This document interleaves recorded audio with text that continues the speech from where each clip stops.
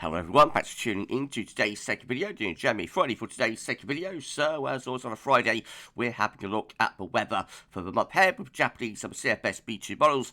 And I should get over that for you in a moment. Just say about the first video today was our 6am UK weather forecast. And we've also got a 10 to 14 day coming up for you later on this afternoon as well. It's a channel member live stream at 7 PM this evening. So if you're a channel member, check into your March channel member live stream.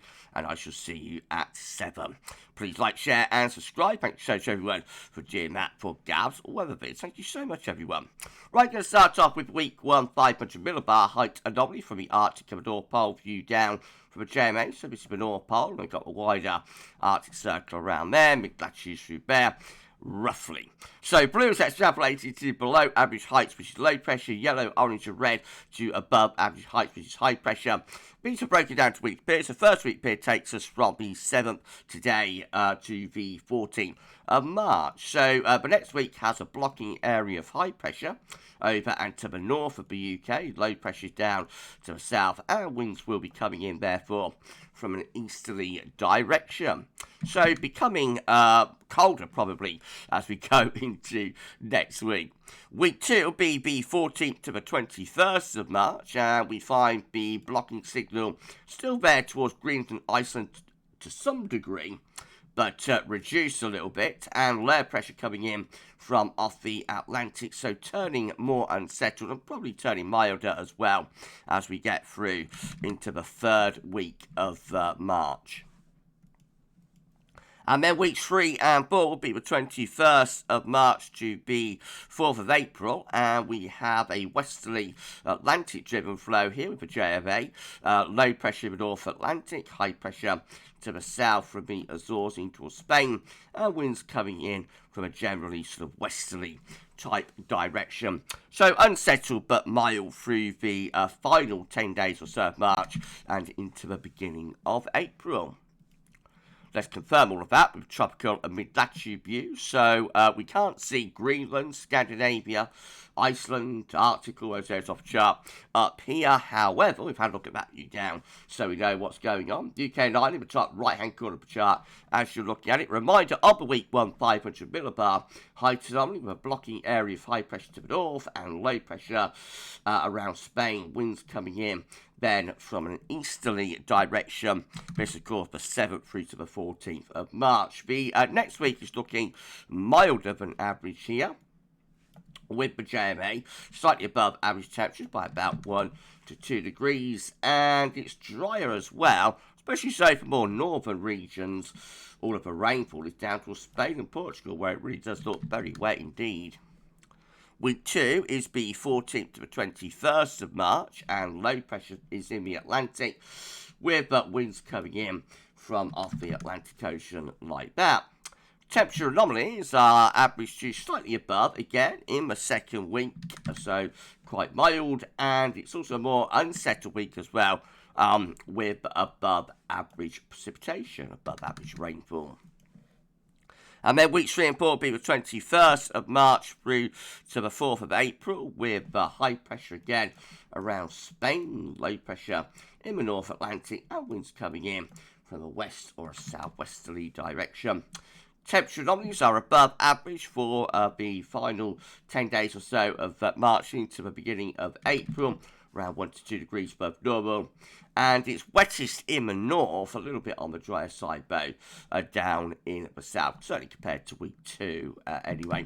Remember, sorry everyone, remember that's a 2-weekly anomaly, so it could be a bit transitional, but overall looking pretty westerly and Atlantic driven, ready for weeks 2, 3 and 4 I think there.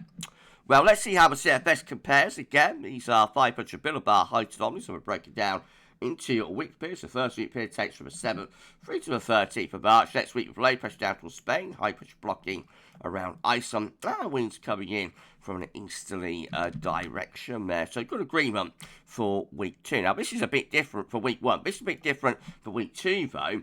This is the 14th to the 20th of March. This is when the JMA is bringing in the Atlantic, but the CFS has high pressure dominating towards Scandinavia and probably a continuation of easterly winds there. That's rather different compared to what the JMA is showing. This also very different to the JMA. It's week 3, 21st, 27th of March, with high pressure right in over the top of Western Europe. That's going to be mostly dry. It should be pretty mild as well, with winds coming up from a southwesterly direction.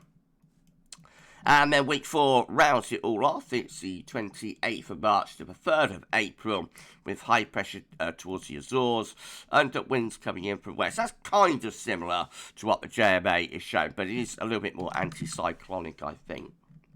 So temperature anomalies for week 1 for CFS, the 7th to 13th March, are a little bit above average.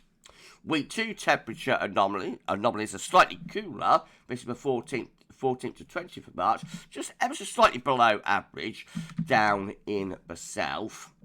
Near normal, really, I think, though.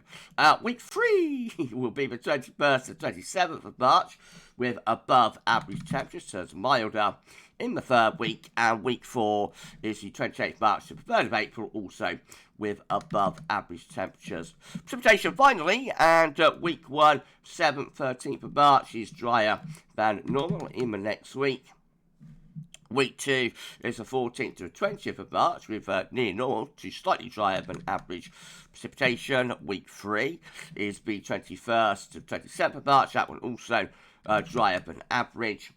And then week 4, we've lost a signal already at this point. 28th March, 3rd of April. And there's no particular signal that is evident there. But probably still a bit on the dry side, especially so to more southern, southwestern regions. Right, so we've got disagreements between the JMA and the CFS today. The JMA is much more unsettled, much more low pressure dominated. The CFS is much more high pressure dominated.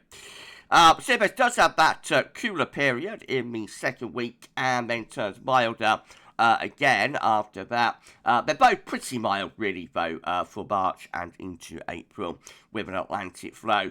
Just that the CFS has high pressure more dominant and the JMA is more low pressure dominant. So, a bit of a disagreement, but they're not all that far away, really, to be honest. Right, anyway, it's just a snapshot of what two models are showing.